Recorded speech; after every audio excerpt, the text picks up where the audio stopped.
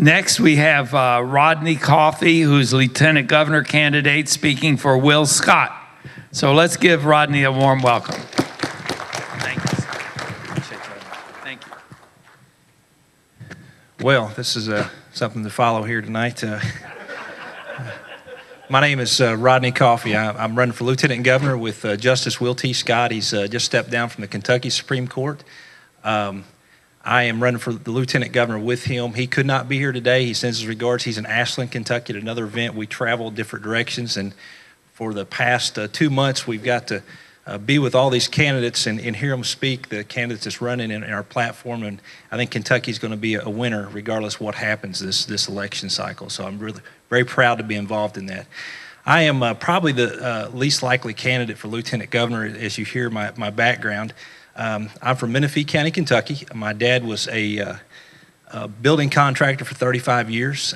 He taught me you give 110% and you work hard and you raise your family. And he's the hardest working man that I've ever met in my life. Still today at 67, he can work rings around me on a construction site, I guarantee it. My mother was a stay-home mom, and that's something that we don't have a lot these days. And it's very unfortunate because sometimes that guidance that you get from that stay-home parent is so very important, and it was in my life because I was the youngest of 3 boys, and believe me, we needed every bit of the guidance that we could get.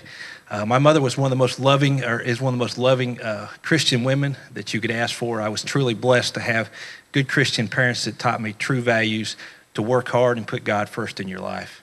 My wife's traveling with me tonight, Beth, been by my side for 25 years. The Lord's really blessed me with an excellent partner that's always there for me, and I appreciate her. She's traveled just about everywhere that I've went in this campaign, and I'm blessed to have her. We've been blessed with 2 daughters and 2 grandkids. My first granddaughter is Peyton, a year old, and my grandson, which he'll be 2 in June. And we've been blessed with that. 2 son-in-laws. Now that my kids are gone, we're raising 3 other kids. My nephew and 2 of my nieces are living with us now because of the addiction problem that's devastating our country right now. The addiction problem that is attacking every family in the state right now, just like it is in my family. I'm a career law enforcement officer, and that's what I say. I'm not your typical running mate. I don't think we've ever had a retired sheriff run for lieutenant governor. I spent 20 years in law enforcement. I graduated from Eastern Kentucky University Police Academy, started my career with Morehead State University, where I served there for almost 5 years. I left there as lieutenant and elected in Menifee County Sheriff as one of the youngest sheriffs in the state at that time. I was elected at 27 years old. I spent 4 terms there, 16 years. And during those 20 years in law enforcement, we raised a family. Me and my wife both put ourselves through college.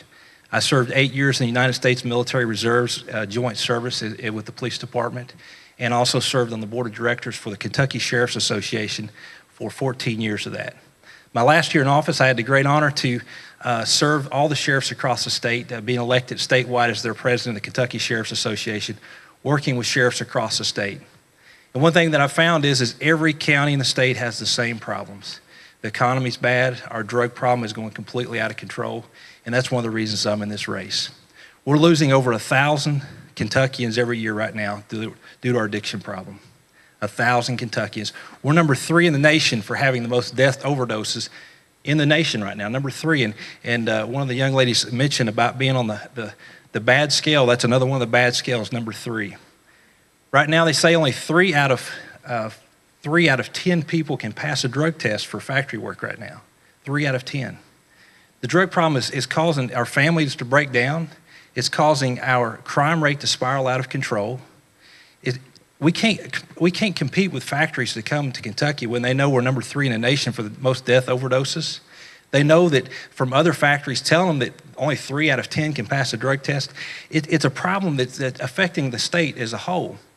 Justice Will T. Scott understands this. He spent 39 years on the Kentucky Supreme Court. He started out right after the military. He served in Vietnam as a lieutenant. He put himself through law school. He started out as a public defender, prosecutor, circuit judge, and since 2004, he's been the conservative family values Second Amendment vote in our Kentucky Supreme Court. A tremendous individual there. Thank you very much. We're going to truly miss him there in the Kentucky Supreme Court. But we can take that same man with those same principles. He's from Pike County, Kentucky, which is the coal capital of Kentucky. His family's been in the coal business, and he understands that we've lost 26,000 jobs statewide due to the coal industry going from the attack from our federal government to our coal industry, which was an attack on our families. Because it's not just about the coal miner in the east or the west, because every one of those jobs we lose from the east or the western part of the state, we lose 3 more supplemental jobs to the coal industry, 26,000. Now you tell me what's a bigger effect on our economy in the past 6 years? And our governor had not done anything. He's not stood up to the president. He's not made a public appearance to say, hey, this is wrong, attack on our families. 26,000 jobs, our electric bills are going up. Justice Scott has a plan for that. He's been on the Supreme Court since 2004. He studied these issues. He studied our addiction problem. He knows what works and what doesn't work. He's got a true plan for that. On the coal industry, we've got 2 countries right now, 2 companies overseas that wants Kentucky coal. We have the best coal in the world. We need to market that overseas. Put the coal miners back to work. If we can't burn our own coal to bring our own energy rates down, then we need to sell it to someone so we can help their energy rates, right? That's the way it usually goes. But we need to put our coal miners back to work. He has a plan for that. There's a fund of money right now, and I'm not a coal miner. I'm trying to cover this the best that I can, but it's reclaiming high walls, and it's mining those high walls. There's a fund of money that the federal government's holding from us right now. It's our money. It's our coal miners' money. We'll not release it to us. Well, let me tell you something. If we have Will T. Scott as governor, he is a Supreme Court judge, and he's bold enough to file a federal lawsuit in federal court against the federal government on holding that money from us. And he says that any federal judge looks at it has to give it to us. It's our money. He's bold enough to make a difference there. Justice Scott's family has been attacked by the drug problem just like my family has. His son was addicted to drugs right out of the military. He came back from the military, got addicted to drugs. Justice Scott had to have his own son arrested, but he went through drug court. A year of drug court, he got clean. He showed that he could do better. At the end of drug court, he got his record clean. He went on to get his master's degree. And now he's a therapist himself at the VA hospital. Justice Scott understands the addiction problem and the suffering of addiction, but he also understands the celebration of recovery. What we want to do with our drug plan is we have a drug court statewide. We have to build a better partnership between Department of Corrections, law enforcement, and our judges so that we can hand select these individuals that can make it through drug court, because not everybody can make it through drug court. Drug court's hard. It's a year-long program. Get them in that drug court. We have 40% success rate now. We believe we can take that to 70%. These are 70% of the people that we're putting back into society, back with their families, back in making a difference in Kentucky, instead of being over here in our corrections budget, causing our correction budget to go up. We understand not everybody can get through drug court. Not everybody's disciplined enough to go through drug court. So what we want to do is we want to launch a minimum security prison, which is also a drug treatment facility and also a real skills work program. So that if they can't make it through drug court, we can get them in this program. Minimum security, nonviolent criminals. If they walk away, we call the local sheriff or law enforcement to pick them up. Let that be their decision. So we have a plan for that. We just asked you to take a look at our platform. Will T. Scott, there's a bunch of brochures out front with the whole platform, and we'd love to have your support. We believe we have a plan for Kentucky. Is there any questions? May I ask you a question? Sure. What caused the drug problem in Kentucky or anywhere else? In other words, when I was in school, there was no drugs, no marijuana, no cocaine, no Lortab. There was nothing. And now, like you say, we have a huge drug problem. And the question, and I think I know the answer, but why did this all happen?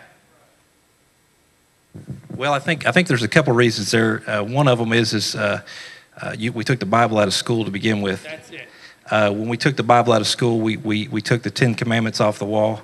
The other thing is the pharmaceutical companies have got so powerful, and they're pushing some pretty powerful medication there, and there's no way to regulate that. Now, there's some legislators here that's passed some outstanding laws to cut down on the pill mills. But the economy is another reason that a lot of people's turning to drugs. But I think it all falls back to we've took the Bible out of school.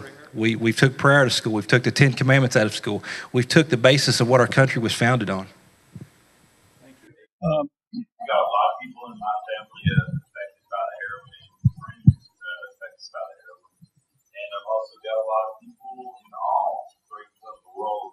And my Marine friends texted me a couple weeks back and told me that heroin that they were fighting for just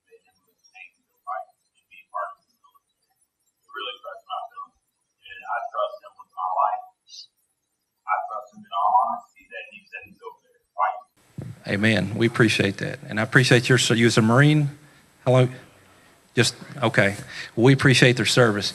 The heroin is the biggest epidemic right now that's affecting the state, mainly coming in from right here in Louisville with the Indiana and Ohio border with northern Kentucky.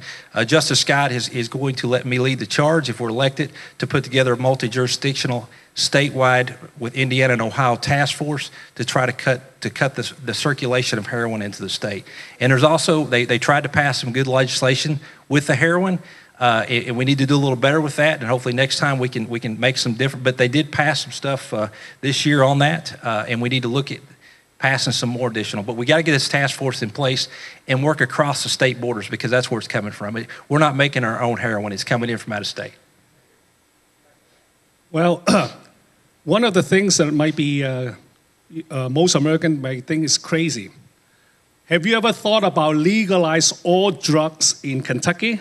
The reason I said that was that Colorado have done a study about a couple years ago. Portugal legalized all the drugs, and the drug addiction declined drastically.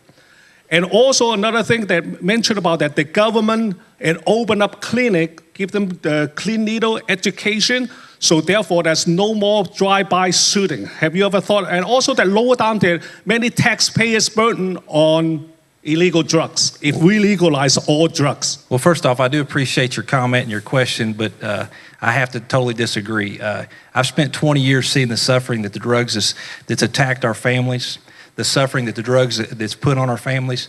And what I've learned is the more accessible that they can get those drugs, the worse the drug problem comes. So I'm not for any legalizing drugs. Sir, there's one thing I'd like to say. There's one reason why this country is going downhill with drugs, abortion, and every dang thing else. We promised a long time ago that they were declaring war on drug pushers. Well, I haven't seen any casualties. The last person that got shot for smuggling drugs, they put the poor guy in jail. And another thing, why don't we secure our border and protect our country against people who want to destroy it? Well, you got a couple questions. The first one is the war on drugs. I do agree with that, because a few years ago in law enforcement and working with the Sheriff's Association, we got a lot of federal funds for our federal task forces, our multi-jurisdictional task forces. In the past 7 years, that money has almost dried up, and it just continues to dry up. That's money set aside for local law enforcement to team up with their partners on the war on drug. Right now, that money has really, really declined over the past few years. It's because of the administration that we have now. That's Rodney Coffey speaking for T. Wells Scott.